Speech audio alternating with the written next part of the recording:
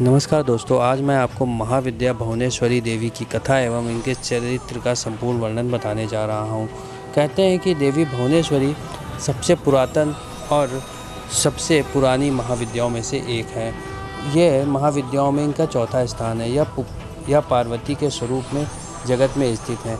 यह सौंदर्य की देवी के नाम से जानी जाती हैं। कहते हैं कि पूर्व काल में जब भगवान शिव, भगवान विष्णु तथा त्रिदेव एक साथ इकट्ठे हुए तब वहाँ पर एक दिव्य रथ आया।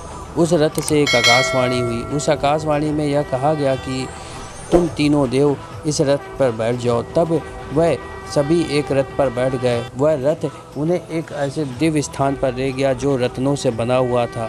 वह रत्न का दीप था। वहाँ पर हर चीज़ बहुत ही अकल्पनीय थी। वहाँ पर अमृत के सागर थे। पुष्प भी रत्न से जड़ित थे। वह रथ भी कुछ देर बाद एक स्त्री के रूप में परिवर्तित हो गया। वहाँ पर वह आगे चलकर एक महल पे गए। वहाँ पर उन्होंने दिव्य स्वरूप वाली देवी भुवनेश्वरी का दर्शन किया, जो अत्यंत ही खूबसूरत और सौंदर्यवान थी तथा उनको लाल चंदन का लेप लगा हुआ था और उनके हाथ में दिव्य चूड़ामणि सुशोभित थे तथा वह लाल वस्त्र धारण किए हुए त्रिभंग भैरव की गोद पर बैठी हुई थी। जो त्रिभंग भैरव सफ़ेद रंग के वस्त्र धारण किए हुए दिख रहे थे तथा देवी अत्यंत ही रूपवान और सौंदर्यशाली थी। उनके नाखून में अखंड ब्रह्मांड दिखाई दे रहे थे तथा उनको उनके शरीर की मुस्कान से और उनके शरीर की गंध से वहाँ का दिव्य वातावरण सुशोभित हो रहा था। देवी मंद मंद मुस्कुरा रही थी तथा वहाँ पर कई योगिनियाँ देवी की सेवा में लगी हुई थीं तथा कुछ योगिनियाँ पंखा डुला रही थीं और कुछ उनकी सेवा में पान और कपूर का भोग लगाते हुए नजर आ रही थीं।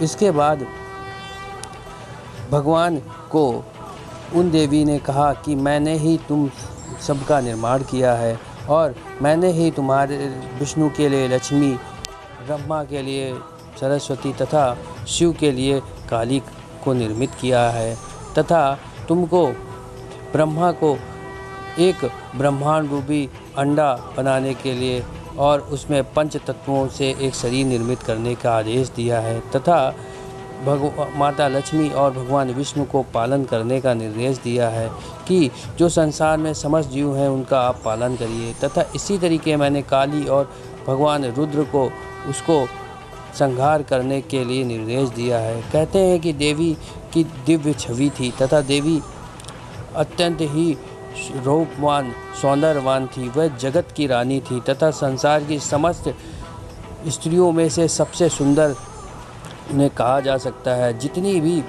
संसार में वस्तुएं हैं वह उनके सामने तुच्छ थीं तथा देवी के रूप को देखकर समस्त संसार और सभी जीव मोहित हो रहे थे तथा उनके श्री चरणों के पास जाकर अपने जीवन को त्याग दे रहे थे। कहते हैं कि देवी के 3 नेत्र थे जो वायु और अग्नि तथा चंद्र का कार्य कर रहे थे कि देवी अपनी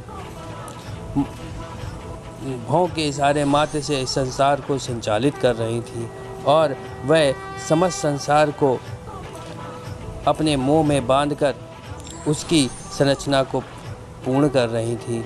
देवी के इस दिव्य दर्शन करने के बाद त्रिदेव वापस अपने धाम को लौट आए और माता भुवनेश्वरी का ध्यान करते हुए अपने कार्य क्षेत्र में लग गए। धन्यवाद दोस्तों, बने रहिए दिव्य दृष्टि के साथ, देखते रहिए रोचक जानकारी भरे वीडियो और अभी हमारे चैनल को सब्सक्राइब करना ना भूलें।